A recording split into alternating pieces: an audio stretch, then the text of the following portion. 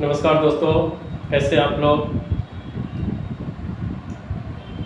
आज जैसा कि आप लोग देखे होंगे कि आज टीचर का भी एग्ज़ाम बिहार सरकार ने लिया है और जीएस का स्तर आप देखे होंगे कि कितना उम्दा स्तर था।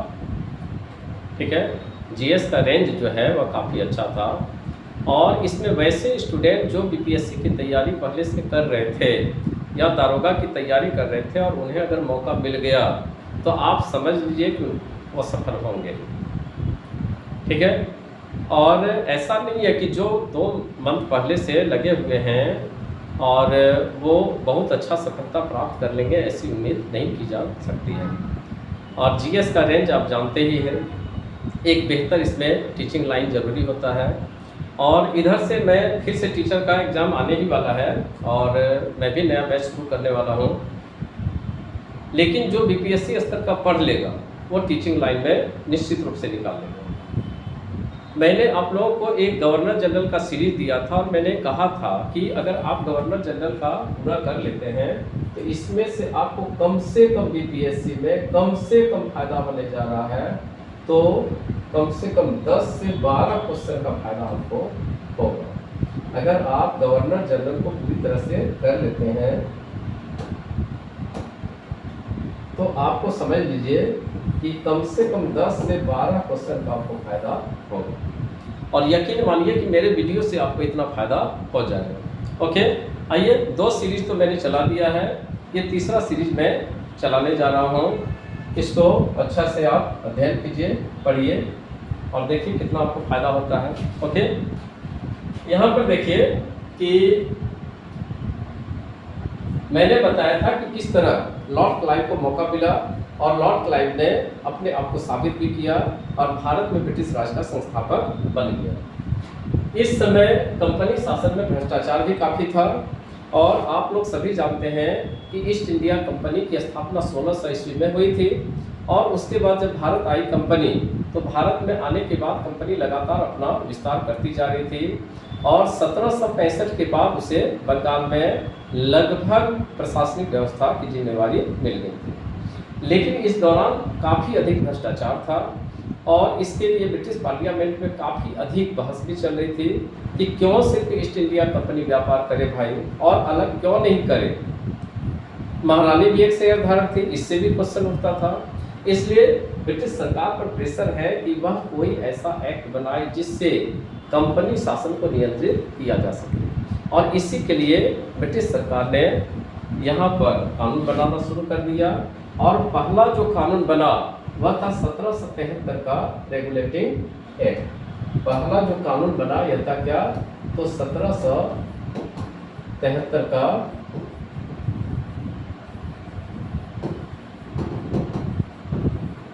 रेगुलेटिंग एक्ट था और कंपनी को रेगुलेट करना शुरू कर दिया।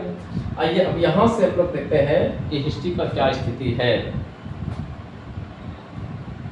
इस एक्ट के द्वारा 1774 में बंगाल का गवर्नर जनरल बनाया गया। किसको? 1774 में बंगाल का गवर्नर जनरल बनाया गया। किसको? तो 1774 में गवर्नर जनरल बनाया गया वारेन हेस्टिंग्स को। वारेन हेस्टिंग्स 1750 ईस्वी में ही कंपनी के क्लर्क के रूप में आया था। पहले इसने यहाँ पर 1772 ईस्वी में बंगाल का गवर्नर का पद संभाला और 1773 ईस्वी के रेगुलेटिंग एक्ट के द्वारा 1774 में इसको पहला गवर्नर जनरल बनाया गया। इसलिए who was the first governor general of Bengal, question उठता है कि who was the first governor general of Bengal. तो बंगाल का गवर्नर जनरल कौन? पहला governor general Warren Hastings. Okay, इसलिए पहला गवर्नर जनरल बनाया गया। इसको काफ़ी एक्सपीरियंस व्यक्ति था क्योंकि लंबे समय से भारत में यह काम कर रहा है और काम करने के दौरान भारत में देखते हैं भाषाई कितनी दिक्कतें होती थी, इसलिए कंपनी को सबसे अधिक दिक्कत इसी में आती थी। उसने भारत में राजस्व सुधार का भी काम किया, इसलिए रेवेन्यू डिपार्टमेंट को भी इसने काम किया। राजस्व सुधार के लिए इसने बोर्ड ऑफ रेवेन्यू विभाग की अलग से स्थापना की।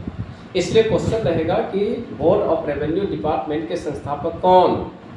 तो बोर्ड ऑफ रेवेन्यू डिपार्टमेंट के संस्थापक वारेन हेस्टिंग्स। ओके, कहाँ किया गया था? यह बंगाल में स्थापना किया गया।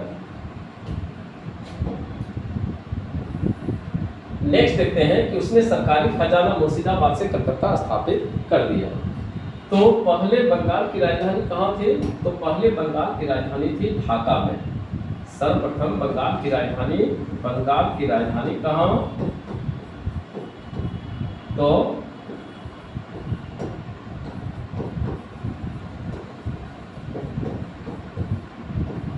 राजधानी ढाका में थी। मुर्शीद कुली खां को 1700 ईस्वी में औरंगजेब ने बंगाल का दीवान बनाया था। वहां पर जाने के बाद उसने प्रशासनिक व्यवस्था को अच्छा किया और उसके बाद फिर फर्रुख सियर ने 1717 ईस्वी में वहाँ की सूबेदारी प्रदान कर दी और धीरे धीरे बंगाल को उसने व्यवस्थित किया, और व्यवस्थित ही नहीं किया बल्कि बंगाल का वह एकमात्र शासक बन गया। ठीक है, इसलिए क्वेश्चन रहेगा कि स्वतंत्र बंगाल राज्य का संस्थापक कौन? तो मुर्शीद कुली खान। स्वतंत्र बंगाल राज्य का संस्थापक कौन? मुर्शीद कुली खान। और उसने क्या किया कि ढाका से इसकी राजधानी मुर्शिदाबाद स्थानांतरित कर लिया। इसलिए बंगाल की राजधानी सर्वप्रथम ढाका थी और दूसरी राजधानी मुर्शीद कुली खान ने बनाया कहाँ? तो मुर्शिदाबाद। और उसके बाद फिर जब कंपनी आई तो वारेन हेस्टिंग्स ने इसको पूरा का पूरा खजाना यहाँ से खाली करके कर लिया। कहाँ पर? तो कलकत्ता। ठीक है, नेक्स्ट हम लोग देखते हैं कि अधिनियम 1781 द्वारा गवर्नर जनरल तथा उसकी काउंसिल एवं कलकत्ता उच्च न्यायालय के मध्य शक्तियों का कार्यक्षेत्र स्पष्ट रूप से विभाजित कर दिया। देखिए, हम लोग देखते हैं कि मान लीजिए आपने कोई किताब खरीद ली, तो किताब खरीदना आसान है, किताब हम खरीद लेते हैं और उसके बाद जब किताब पढ़ते हैं तो पढ़ने के बाद हमको बहुत सारी दिक्कतें समझ में आती हैं। ओके, इसलिए अब जब दिक्कत आती है तो या तो हम टीचर के पास जाते हैं या अपने दादाजी के पास जाते हैं या पिताजी से क्वेश्चन पूछते हैं। इसलिए जब कानून का इम्प्लीमेंटेशन होता है दिक्कतें यहीं से शुरू होती है। आपकी भी दुख तकलीफ यहीं से शुरू होती है जब आप शुरुआती दौर में आते हैं और सीधे कमीशन में आ जाते हैं। आने के बाद जब चैप्टर आपके सामने आती तो दिक्कतें आती है। उसी तरह कानून तो लागू हो गया 1773 का रेगुलेटिंग एक्ट, लेकिन इसके बाद देखते हैं कि कुछ दिक्कतें आने लगी। इसलिए 1773 के अधिनियम में ही 1781 द्वारा गवर्नर जनरल तथा उसकी काउंसिल की शक्तियों का एवं कलकत्ता उच्च न्यायालय के मध्य शक्तियों का कार्यक्षेत्र स्पष्ट किया गया। क्योंकि 1773 के अधिनियम में एक और भी बात आई थी और वह बात थी कि यहाँ पर एक उच्चतम न्यायालय की स्थापना की जाए। इसलिए कलकत्ता में उच्चतम न्यायालय की स्थापना भी की गई और स्थापना करने के बाद देखिए कि दोनों के बीच में कितनी कन्फ्लिक्ट थी, कितनी दिक्कतें थी।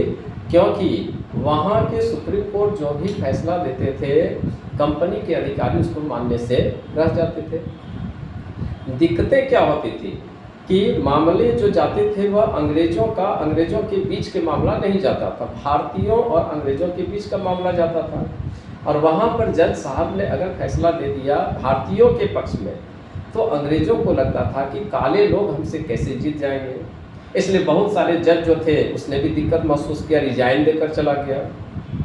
ठीक है, इसलिए दोनों के बीच शक्तियों को स्पष्ट किया गया।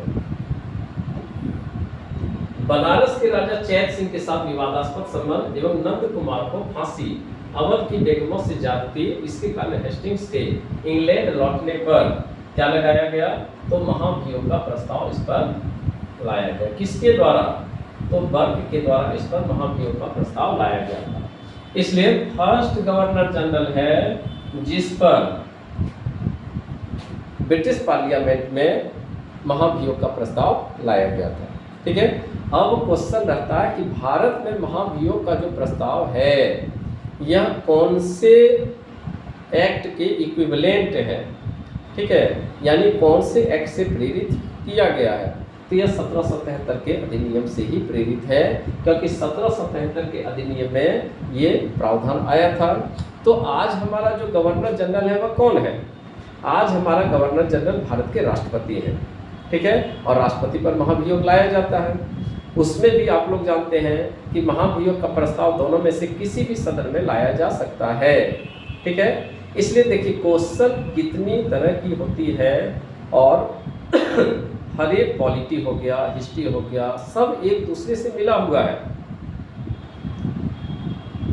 और ये जो हम लोग पढ़ते हैं ये मुख्य रूप से हम लोग का आ जाता है किसमें, तो पॉलिटिकल हिस्ट्री में भी आ जाता है। ठीक है, इसलिए यहाँ पर हम लोग देखते हैं कि आज के डेट में राष्ट्रपति पर महाभियोग का प्रस्ताव लाया जाता है। अब क्वेश्चन बनता है कि महाभियोग का प्रस्ताव सर्वप्रथम किस सदन में लाया जा सकता है, लोकसभा में लाया जा सकता है या राज्यसभा में लाया जा सकता है।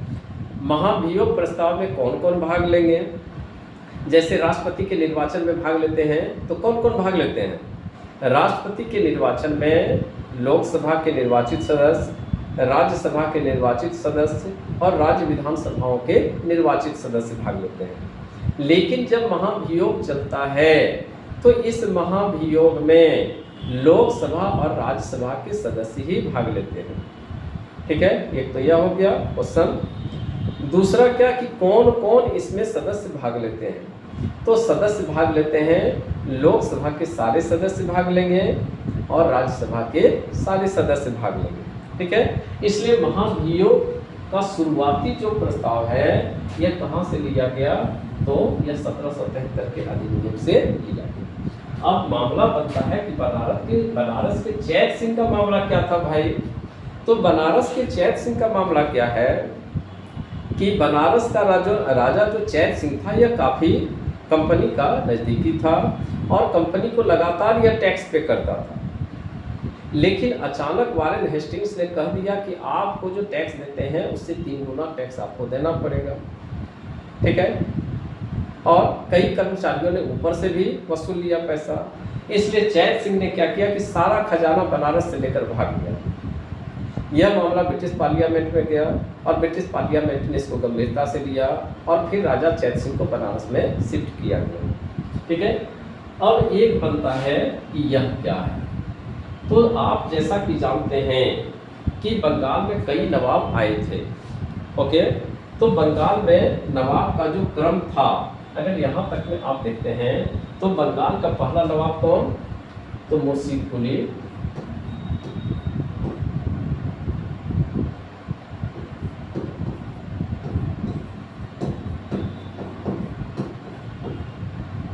मुर्शीद कुली खान, सॉरी मैं एक बार से, बंगाल का प्रथम नवाब कौन,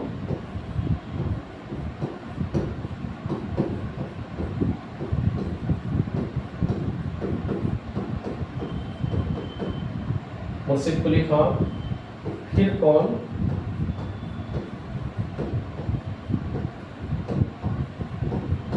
सुजाउद्दीन। फिर कौन, सरफराज। उसके बाद कौन, अलीवर्दी खान।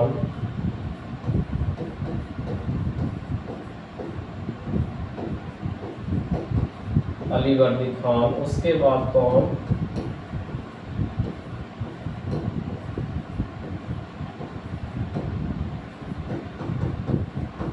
सिराजुद्दौला। इसके बाद कौन, मीर जाफर। और इसके बाद कौन, जो प्रमुख नवाब आता है यह है मीर कासिम। ओके, इसमें आपको नवाब के क्रम से भी क्वेश्चन रहता है।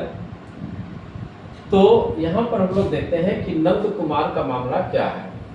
नंद कुमार बंगाल का एक ब्राह्मण परिवार का व्यक्ति था और मीर जाफर की मृत्यु के बाद मीर जाफर की विधवा थी मुन्नी बेगम।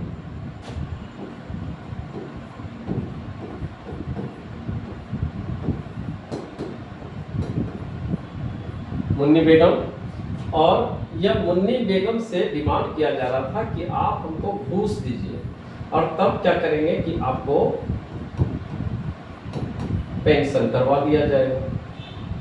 ठीक है, इसलिए इसमें पेच कहाँ फंस गया कि नंद कुमार ने यह शिकायत कोर्ट में कर दिया। इस पर सुनवाई हुई, लेकिन नंद कुमार के अगेंस्ट में ही इतना सारा एविडेंस पेश कर दिया गया कि नंद कुमार को फांसी की सजा हो गई।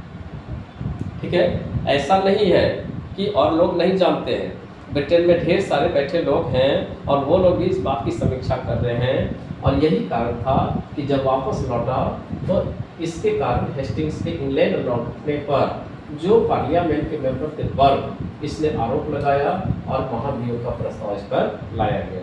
लेकिन यह पास नहीं हुआ महाभियोग का प्रस्ताव। आज भी देखते हैं कि दोनों सदन में आता है और अगर 2/3 बहुमत से प्रस्ताव न पारित हो तो राष्ट्रपति पर भी महाभियोग या सुप्रीम कोर्ट और हाई कोर्ट के जो जस्टिस हैं उस पर भी महाभियोग नहीं चल पाता है। ओके, नेक्स्ट देखिए।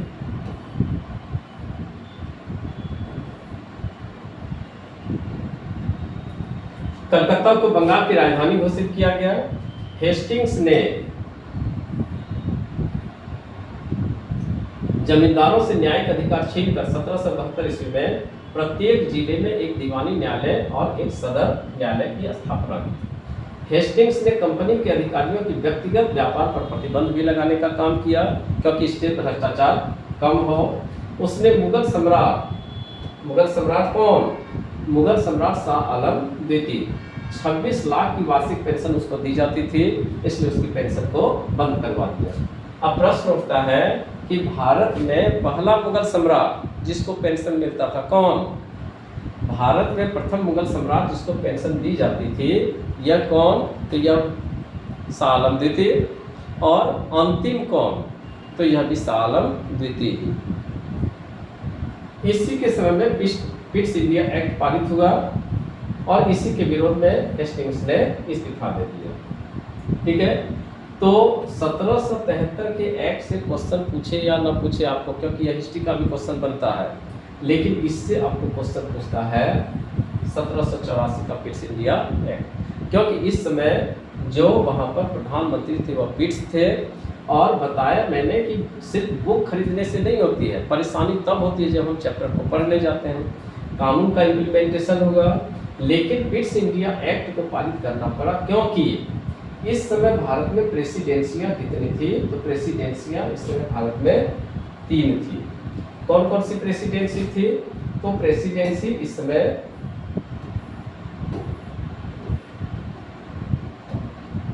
तीन थी और इस 3 प्रेसिडेंसियों में एक जो प्रेसिडेंसी थे यह बंगाल में थी,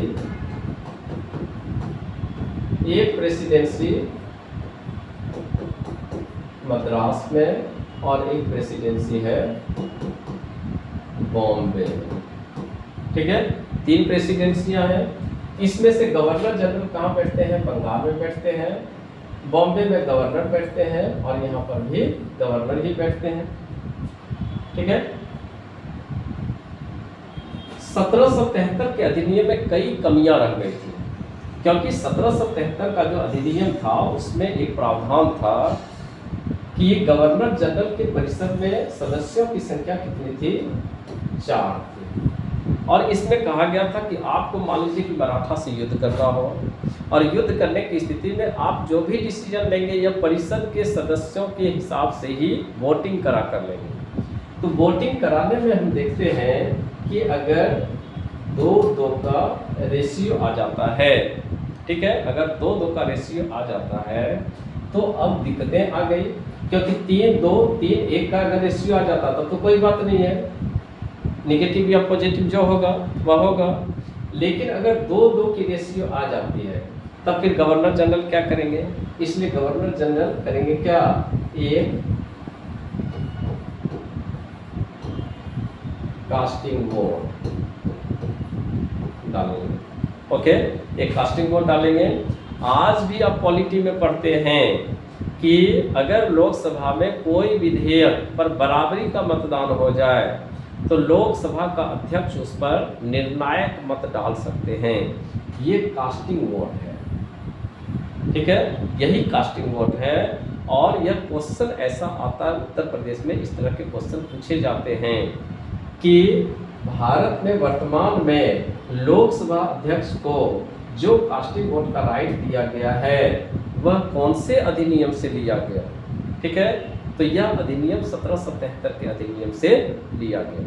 ओके, अब मैंने पिट्स इंडिया एक्ट की बात उठाई, तो पिट्स इंडिया एक्ट में ये किया गया कि अक्सर ये होता था कि मेंबर 3:1 के रेशियो में चले जाते थे, क्योंकि कुछ जो व्यक्ति थे वह काफ़ी अधिक ओपोजिशन में रहते थे इसके गवर्नर जनरल के, इसलिए काफ़ी अधिक दिक्कतें थी और कहा गया था कि बंगाल के गवर्नर जनरल की बात को बॉम्बे और मद्रास के गवर्नर को मानना चाहिए। ठीक है, अभी मैंडेटरी नहीं किया कि मानना ही होगा। इस अधिनियम के द्वारा कहा गया कि नहीं, आपको इसकी बात को मानना ही पड़ेगा, कोई उपाय नहीं है। इसलिए आप ये मत समझिएगा कि कल के डेट में हम बंगाल के गवर्नर जनरल और मद्रास के गवर्नर जनरल बैठकर चाय पीते थे। ठीक है, आज वह गवर्नर जनरल बन गया तो बहुत बड़ा नवाब बन गया, इसलिए वो बातें नहीं चलेगी। इसलिए यहाँ पर ये प्रावधान किया गया। दूसरी क्या कि कंपनी जो थी, इस कंपनी में काफ़ी अधिक भ्रष्टाचार था और इस भ्रष्टाचार को दूर करने के लिए भी पिट्स इंडिया एक्ट की जरूरत पड़ गई। इसी पिट्स इंडिया एक्ट के द्वारा भारत में स्थापित किया गया किसको, तो बोर्ड ऑफ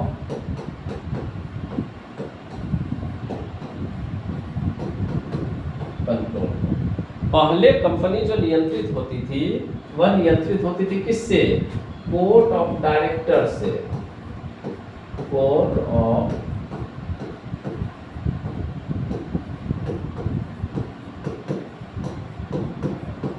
डायरेक्टर्स से। ठीक है, इसलिए इसको और कम करने के लिए इसके अधिकार को बोर्ड ऑफ कंट्रोल की स्थापना की गई, जो दोनों बोर्ड ऑफ कंट्रोल और यह दोनों का दोनों 1858 के अधिनियम से समाप्त कर दिया जाएगा। इसके द्वारा दोनों को समाप्त कर दिया जाएगा। ओके, इसलिए यह काफी महत्वपूर्ण एक्ट है। कई सरकारें गिर गई थी, ब्रिटेन में कई सरकारें गिर गई थी, लेकिन पिट्स ने आकर इसमें कुछ सुधार किया और सुधार करवाने के बाद इसको पास कर दिया गया। इसमें कहा गया कि दोनों जो प्रेसिडेंसी है कलकत्ता के गवर्नर जनरल की बात को माननी ही पड़ेगी। इसी के द्वारा बताया कि बोर्ड ऑफ कंट्रोल की स्थापना की गई, जिसको कि 1858 के अधिनियम से इसको समाप्त कर दिया गया। इसी के काल में एशियाटिक सोसाइटी ऑफ बंगाल की स्थापना की गई। एशियाटिक सोसाइटी ऑफ बंगाल की स्थापना की गई। इस एशियाटिक सोसाइटी बहुत महत्वपूर्ण है। आप देखेंगे कि अगर 10 साल के क्वेश्चन देखेंगे बीपीएससी के, तो 10 साल के क्वेश्चन में कम से कम 5 साल ये क्वेश्चन आपको दिखाई दे देगा कि एशियाटिक सोसाइटी ऑफ बंगाल की स्थापना किसने की थी या कब हुई थी। इसलिए विलियम जोन्स ने 1784 में एशियाटिक सोसाइटी ऑफ बंगाल की स्थापना की थी। इस एशियाटिक सोसाइटी ऑफ बंगाल ने काफ़ी महत्वपूर्ण भूमिका निभाई। भारत के कई ग्रंथों का अनुवाद भी किया गया और इसी ने वैदिक एज और वेदों का जो काल निर्धारण है, मैक्स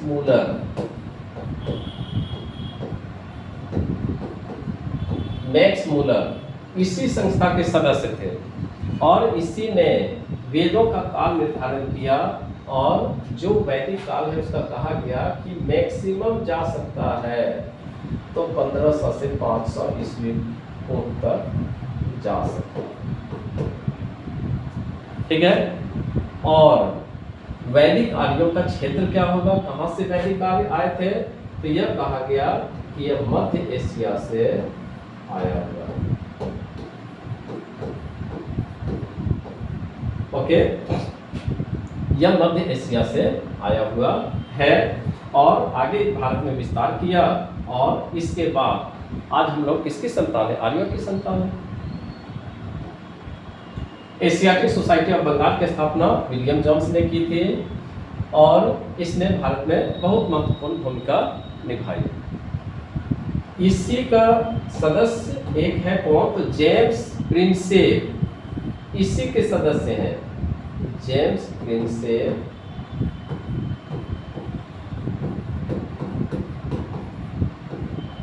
इसी संस्था के सदस्य हैं जिसने पहली बार भारत में अशोक के प्राकृत लेख को पढ़ा था। अशोक के प्राकृत लेख को पढ़ने वाला पहला व्यक्ति कौन? यह है जेम्स ब्रूस। इसी के समय में कलकत्ता मदरसा की 1781 में स्थापना हुई। वारेन हेस्टिंग्स के समय में बंगाल में द्वैत शासन की समाप्ति कर दी गई। और फिर हम लोग देखते हैं कि इसी के समय में 1773 के एक्ट के द्वारा पूरी तरह से बंगाल से द्वैत शासन की समाप्ति कर दी गई। इसलिए क्वेश्चन रहेगा कि बंगाल में द्वैत शासन का संस्थापक कौन? Lord Clive. और समाप्त किसने किया? तो 1772 में इस व्यक्ति ने किया, यानी वारेन हेस्टिंग्स ने किया। और पूरी तरह से कानूनी रूप से यह समाप्त कब हो गया? तो 1773 का एक्ट बना और 1774 में उसके द्वारा बंगाल से द्वैत शासन की समाप्ति हो गई। दूसरा क्या? इसी के समय में 1774 का रोहिल्ला युद्ध, 1785 से 1782 प्रथम एंग्लो मराठा वार हुआ, जिसमें साल बाई की संधि हुई और इसके द्वारा प्रथम एंग्लो मराठा वार समाप्त हो गया। ओके। इसी के समय में 1780-84 द्वितीय एंग्लो मैसूर युद्ध हुआ, क्योंकि प्रथम एंग्लो मैसूर युद्ध जो हुआ था यह हुआ था 1767 to 69। इस समय कोई गवर्नर जनरल मेरे पास नहीं था, ठीक है। इसलिए 4 एंग्लो मैसूर युद्ध हुआ। एक हुआ इस समय में, फिर एक हो गया 1780-84 में, उसके बाद फिर एक हो गया 90-92 में, और एक 1799 में जो लॉर्ड वेलेस्ली आया, उसने पूरी तरह से मैसूर को समाप्त ही कर दिया। इसी के समय में 1775 से 1782 ईस्वी में प्रथम एंग्लो मराठा युद्ध हुआ और साल बाई की संधि महत्वपूर्ण संधि है। क्वेश्चन रहेगा कि साल बाई संधि की मध्यस्थता किसने की थी? तो साल बाई संधि की मध्यस्थता किसने की थी? यह मध्यस्थता किया गया था महादजी सिंधिया के द्वारा। महादजी सिंधिया के द्वारा स्थापना किया गया था। ओके। इस समय पेशवा कौन था भाई? क्वेश्चन रहेगा कि 1782 की साल बाई संधि के द्वारा पेशवा किसको स्वीकार किया? तो पेशवा स्वीकार किया गया माधव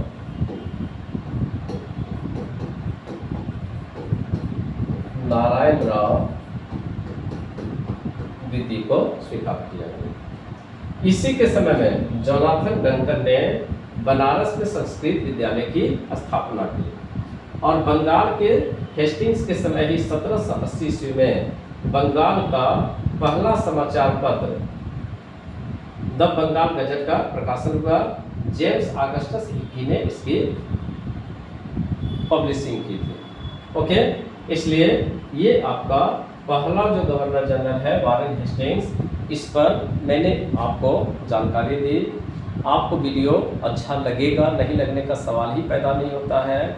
और मैंने इसमें जितनी बातें बताई, इसमें मैं अभी भी आपको बता रहा हूँ कि कम से कम तो इससे आपको 2 क्वेश्चन तो बनेंगे ही बनेंगे, नहीं बनने का तो सवाल ही पैदा नहीं होता। ओके। इसलिए आप लोग वीडियो को अच्छी तरह से देखिए, पूरा वीडियो देखिए, ठीक है। 10 मिनट का वीडियो देखकर मत चुप रह जाइए, पूरा वीडियो देखिए। और मैंने बताया कि पूरा का पूरा मैं सीरीज दे रहा हूँ। और अब जो मैं शुरू करने जा रहा हूँ वह NCERT का आपका पॉलिटी और हिस्ट्री दोनों का चैप्टर, इंग्लिश और हिंदी दोनों वर्सन में मैं शुरू करने जा रहा हूँ और उस पर व्यापक बहस होगी। मैं जब भी मैं पढ़ाता हूँ तो मेरी नज़र में सिर्फ और सिर्फ BPSC या UPSC का मेन ही चलता है, क्योंकि मैं जानता हूँ कि मैक्सिमम स्टूडेंट PT पर ही लगे रहते हैं, मेन वह पढ़ता ही नहीं है, ठीक है। इसलिए मेरी नज़र सिर्फ और सिर्फ मेन पर रहती है। और जब तक हम डिस्क्राइब होकर नहीं पढ़ेंगे तब तक मेन निकालना बहुत मुश्किल की बात है। इस बार का आप देखे होंगे कि 68 का जो एग्ज़ाम हुआ, 68 BPSC का, इसमें आप देखे होंगे कि शॉर्ट क्वेश्चन में 1858 का अधिनियम डाला हुआ।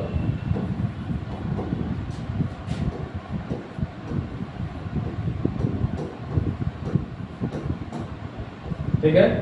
अगर इस अधिनियम में आपको 5-7 बातें अच्छी तरह से याद है, ठीक है, आराम से वहाँ पर आप लिखेंगे, विदाउट टेंशन का लिखेंगे, ठीक है।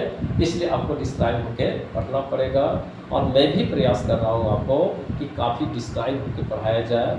आपको जब भी समय मिले वीडियो को देखिए, सोते समय भी देखिए, इससे आपके मैक्सिमम क्वेश्चन बनेंगे। All the best, good luck.